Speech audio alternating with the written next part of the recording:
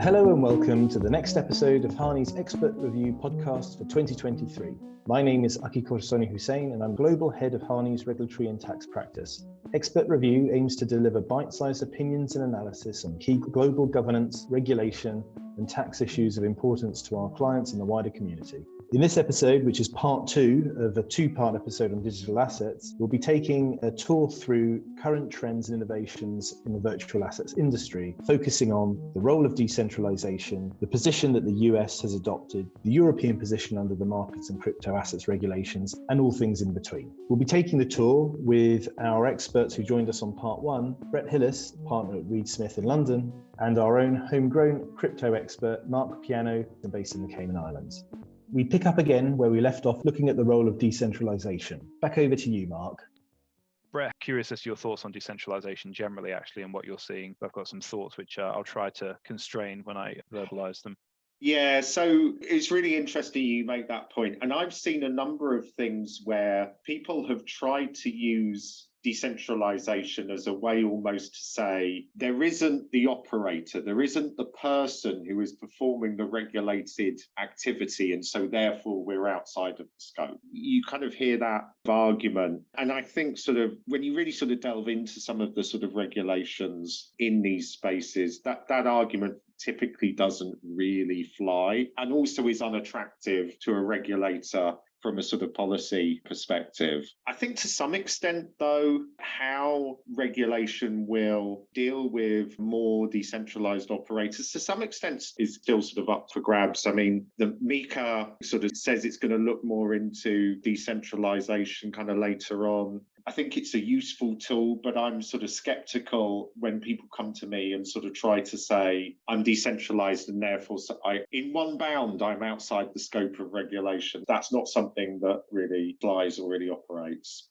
I agree with that. Obviously, the reality is these projects don't come into existence by happenstance. There is a concerted effort by a small group of people. The concept of decentralization still isn't defined. It's still nebulous. Same with DAOs, decentralized autonomous organizations. That's kind of the etymology of that was an article by Vitalik Buterin in 2014.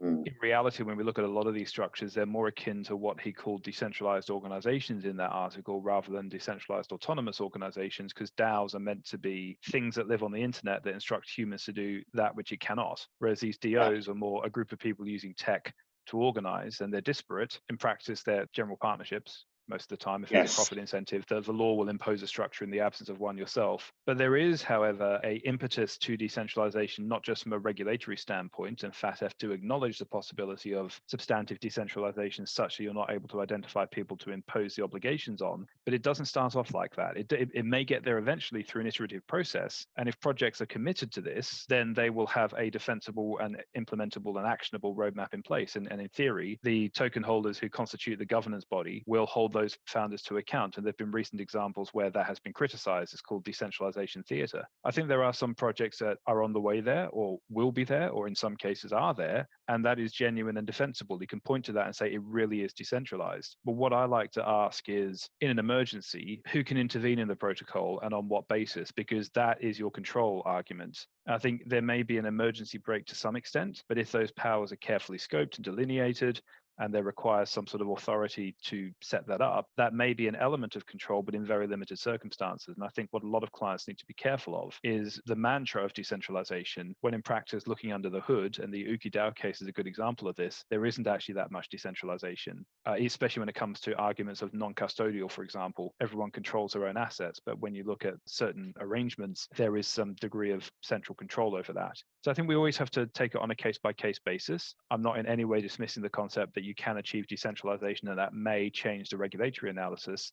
But I think you need to be very, very careful, not just on the marketing side, but on the practical side as to how you present yourself. You can get there eventually. It's an iterative process. But at the starting point, there is a window in which there is a centralized group of people who control things. That is a point in time at which a regulator can intervene and perhaps should. If you are committing to decentralization and you have actionable processes to get there, I think that does change the position. But it is not a day one we're decentralized. Someone or some group of people have made this happen.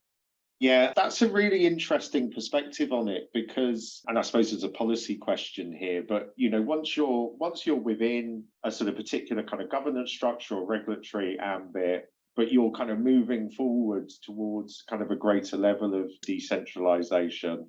Will regulators be comfortable, if you like, with saying, no, you're more decentralized now? You've passed a point where actually these regulations don't apply. I mean, it will be interesting to see how they respond to these sorts of issues going forwards. I wonder whether there's kind of a middle ground here, and I've been thinking about this recently. I suspect the middle ground will be we will have a decentralized organization of people who do control a protocol, but the market has moved such that actually people don't want to interact with a non-regulated protocol because of risk, and therefore the DAO or the community of token holders, however defined, will actually put themselves in a position where they structure so that a group of people take responsibility for the elements of that DAO which are regulated. They structure a vehicle to be regulated, take responsibility for that, and present that to a relevant regulator. So yes, we're a DAO, but we are doing things properly. This business line does need to be regulated. Here's how we propose to do it. Does that work?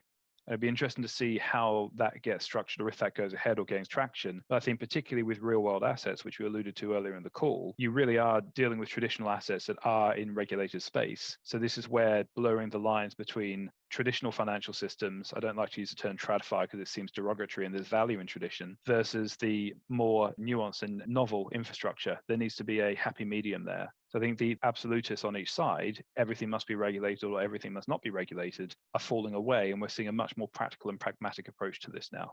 Yeah, I'd agree with that. One thing, you alluded to it earlier as regards the sort of the US situation, and it may be just worth us kind of touching on that. I have some views on this as well, but I'm kind of interested in what you think in terms of the sort of the US picture and what sort of concerns this is giving to clients. And I might give a bit of perspective on kind of how we see it. Sure, this is obviously a hot topic right now, and there are strong opinions on all sides. I think we have to step back and look at what the SEC is all about. They are there to protect investors. Now, the nature of these tokens, they're relatively novel, but you will have seen in 2016, 2017, 2018, when all these white papers came out, a lot of these were promoted as investments. Buy this and you'll make money. We'll do all the work, you make the money. Now, obviously, England, Wales, Scotland, common law jurisdictions, which Cayman BVI bases its laws off, have a different approach to securities regulation than the US. We have a piece of primary legislation, maybe some secondary legislation with some definitions, and they're fairly confined definitions of what securities are. You either are or you're not falling in that category. The SEC has obviously the Howey test, and that's more broadly drawn and open to application to a wider variety of potential arrangements. But I do think some of them very much were securities based on how they were marketed. I think it's very hard to defend against that. What we are now seeing is a much more aggressive approach, and the SEC has confirmed this because in their view, the entire industry is built around non-compliance. I don't think that's a fair or accurate comment. I do think there are some bad actors, and we all have seen the consequences of bad actors which go awry. But the SEC is trying to take an approach which I have no doubt it genuinely believes is pursuant to its mandate. Now, there's been a lot of pushback against approach here by not just projects, but also by regulators and lawmakers in other jurisdictions. Separate to the concerns about approach, I don't think the SEC is doing anything other than what it believes to be pursuant to its mandate, and they've staffed up and are proceeding accordingly. There are some tokens which are up in the air in terms of their status and classification. NFTs, for example, which are purely collectibles, or in-game assets, which are only meant to be traded within a game. I think it's going to be harder to argue that they constitute some sort of promoted investment. But I think the lack of certainty in part is due to the piecemeal approach the SEC is taking. I think a lot of people would have liked to have seen more frameworks and guidance, at least defining a digital asset and the factors they consider to be a security. Good example of this is the Abraham Eisenberg complaint involving Mango DAO, where in that complaint, the SEC looked at the governance tokens and took the opportunity to take issue with the purported governance properties. Had that been set out in a more broader document as part of wider guidance, I think the industry as a whole would know where they stand and can proceed accordingly. So I can see why they're doing it. I think in some cases, they're very clearly taking action against very obvious securities that were marketed as such. But it's an evolutionary approach. It's very difficult to get right. But I think the concern at the moment is the change in approach is making the US less attractive for projects to either be based in or to operate in, which is a real shame because you've got a very large market with some very talented people. There is an opportunity for collaboration, but at the moment, it just seems to be that there needs to be a mediation between industry and government and regulators. That does seem to be happening on some fronts, but what we're seeing now is a very aggressive enforcement approach, and the rights and wrongs of that can be debated, but I'll be curious as to your thoughts on this, Brett. I agree with a lot of that. I mean, I think a couple of other sort of contextual points, Mark. Firstly, as you mentioned the Howey test. I think, another contextual point is just in the US that you have the SEC, obviously, as securities regulator. You then have the CFTC as the commodities regulator. So you almost have like these two jurisdictions where there is history and precedent of turf, for want of a better term, kind of turf wars between regulators. You have great difficulty, I think, in the US in making changes to the law in this area. There's very little that sort of seems to sort of get through Congress in this space.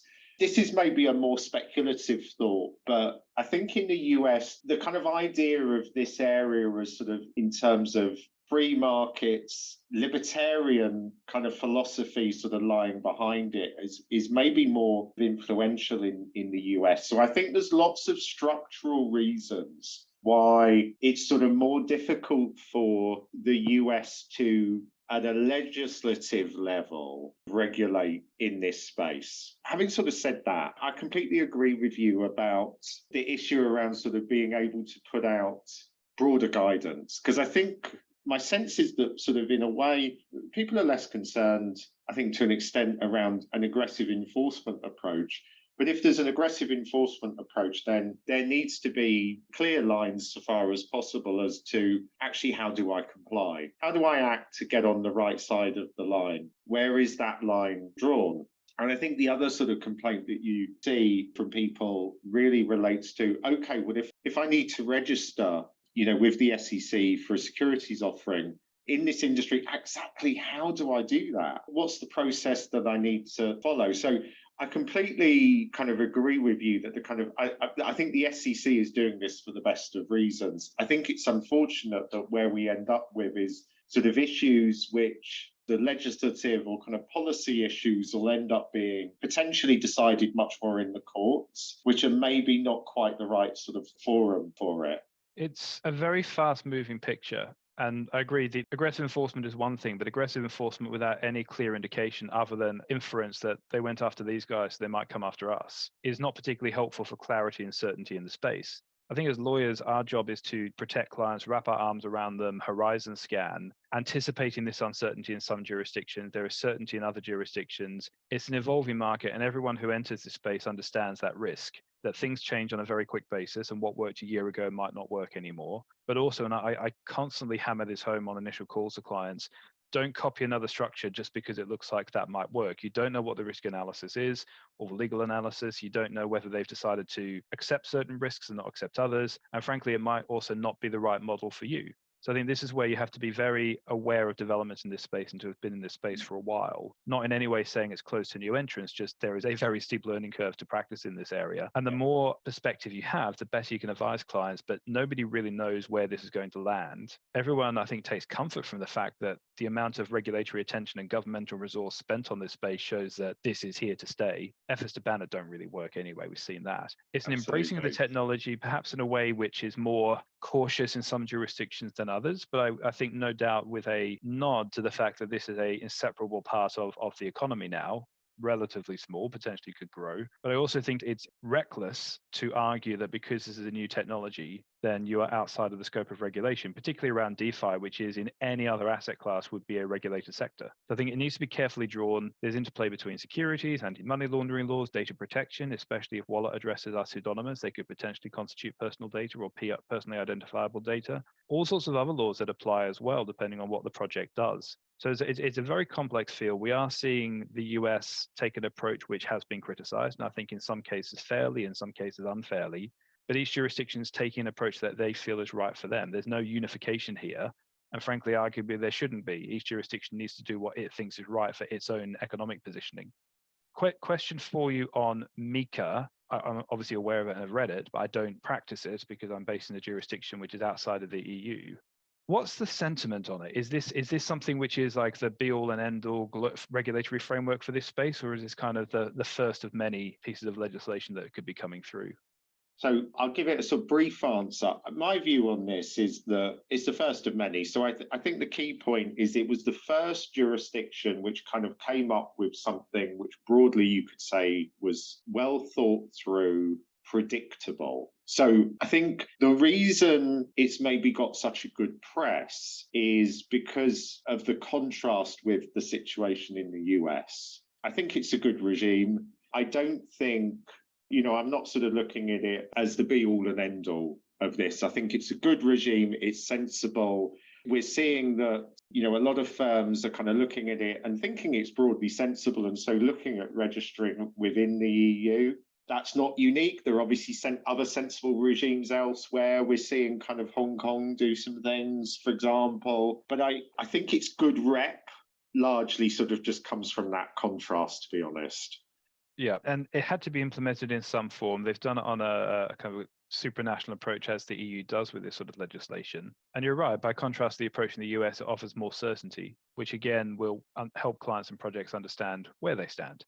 One of the key concerns we have offshore is economic substance, for example, and that was designed to stop companies from holding and exploiting IP offshore and exploiting it intragroup without paying tax. But IP becomes a big issue, and we have to look at that, even though we're not IP practitioners on a full-time basis. So I think MiCA is helpful because it kind of draws a lot of these practice elements together, focusing on the activities. You can then get regulated under that framework if it applies. And then as practitioners, we then look at all the other elements of the project as well, because the regulatory part, I think people listening need to bear in mind, is an important piece of this puzzle, but it's still one piece. There are other areas to consider here. So I think to that point, MiCA helps to cover the regulatory landscape, but it's not a panacea to all. It's a particularly good step when compared to sort of some other sort of places, but I'm sure other jurisdictions could do something equally good, as good or better, once they get their head around it. And that concludes our two-part podcast on digital assets, with thanks to our experts, Brett Hillis and Marc Piano, for a tour de force through some of the changing landscape of crypto regulation across the globe. We hope that you found today's podcast, the second part of this two-part, helpful, and we look forward to delivering a further episode of Expert Review after the summer break.